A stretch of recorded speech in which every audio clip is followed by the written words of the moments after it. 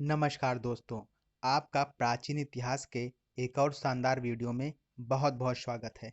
हम आपके लिए प्राचीन इतिहास से संबंधित कुछ महत्वपूर्ण क्वेश्चन लेकर आए हैं जो आपके एग्ज़ाम के दृष्टिकोण से बहुत ही महत्वपूर्ण है। तो आपसे अनुरोध है कि आप ये वीडियो शुरुआत से अंत तक ज़रूर देखें और अगर आपको हमारी मेहनत अच्छी लग रही हो तो आपसे विनम्र अनुरोध है कि हमारे चैनल को सब्सक्राइब ज़रूर करें। तो चलिए आगे का सेशन स्टार्ट करते हैं। तो हमारा क्वेश्चन है, रज्जुक कौन थे? आपके ऑप्शन है, चोल राज्य में व्यापारी, मौर्य शासन में अधिकारी, गुप्त साम्राज्य में सामंत वर्ग, शक सेना में सैनिक। तो आपका आंसर हो जाएगा मौर्य शासन में अधिकारी। चलिए इनके बारे में जानकारी देखते हैं। मौर्य शासक अशोक के शासन काल में रज्जुक नामक अधिकारी का प्रमुख उल्लेख मिलता है। रज्जुक जनपद का प्रमुख अधिकारी था। इसे राजस्व अधिकार प्राप्त था। अशोक ने अपने शासन के 26वें वर्ष में रज्जुक को न्यायिक अधिकार भी प्रदान कर दिया था। नेक्स्ट क्वेश्चन देखते हैं। भाग और बलि थे सैनिक विभाग, राजस्व के स्रोत, धार्मिक अनुष्ठान या फिर प्रशासकीय विभाग। तो आपका आंसर हो जाएगा भाग और बलि राजस्व के स्रोत थे। तो ऑप्शन नंबर सेकंड आपका आंसर होगा। भाग और बलि राजस्व के स्रोत थे। गुप्त काल में राजा समस्त भूमि का मालिक होता था। राजा भूमि से उत्पन्न होने वाले फसलों के उत्पादन का 1/6 से 1/4 तक कर के रूप में लेता था।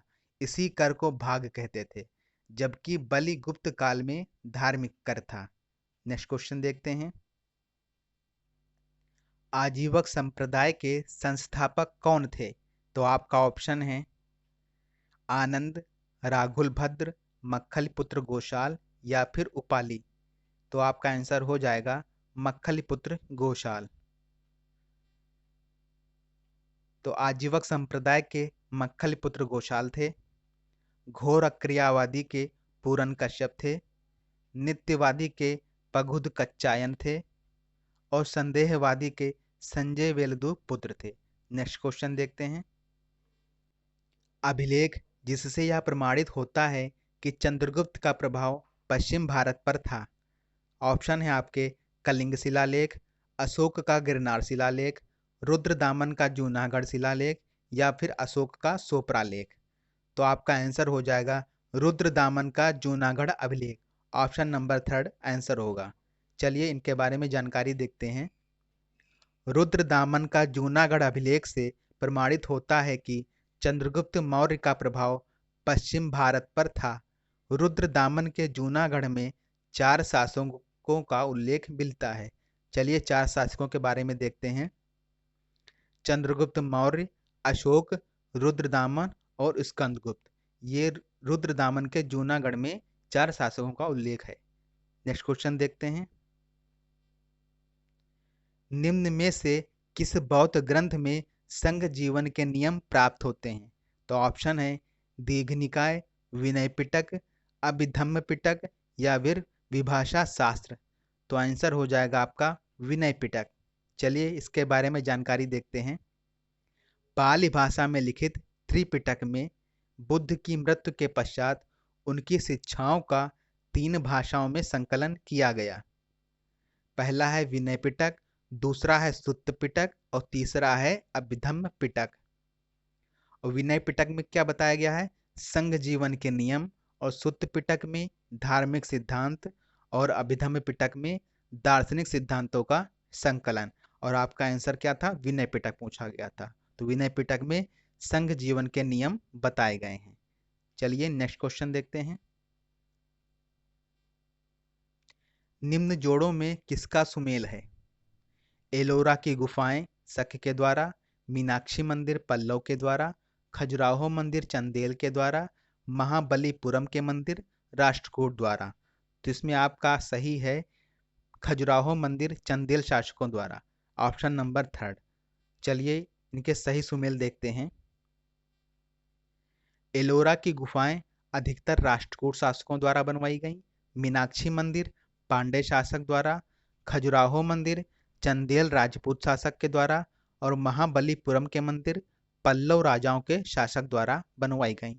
नेक्स्ट क्वेश्चन देखते हैं। निम्न में से कौन प्रस्थान त्रयी में शामिल नहीं है? ऑप्शन है भागवत, भगवत गीता, ब्रह्मसूत्र या उपनिषद। तो ऑप्शन हो जाएगा भागवत। प्रस्थान त्रयी में भगवत गीता, उपनिषद तथा ब्रह्मसूत्र को सम्मिलित किया जाता है, जबकि भागवत धर्म को इसमें स्थान नहीं दिया जाता है। Next question. निम्न में किसका संकलन ऋग्वेद पर आधारित है?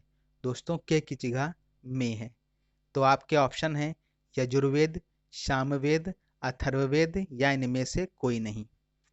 आपका आंसर हो जाएगा सामवेद। चलिए इसके बारे में जानकारी देखते हैं। सामवेद का संकलन ऋग्वेद पर आधारित है। सामवेद में देवताओं की स्तुति में गाए जाने वाले मंत्रों का संग्रह है।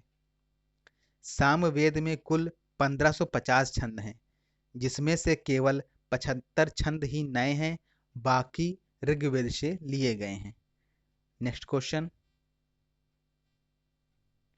कपिल मुनि द्वारा प्रतिपादित दार्शनिक प्रणाली है?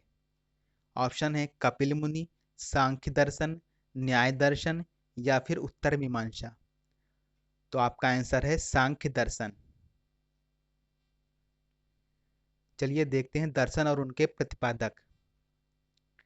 पूर्व मीमांसा के हैं जैमिनी, सांख्य दर्शन के कपिल मुनि, न्याय दर्शन के महर्षि गौतम, उत्तर मीमांसा के वादरायण, योग दर्शन के महर्षि पतंजलि, वैशेषिक दर्शन के उलूक कणाद।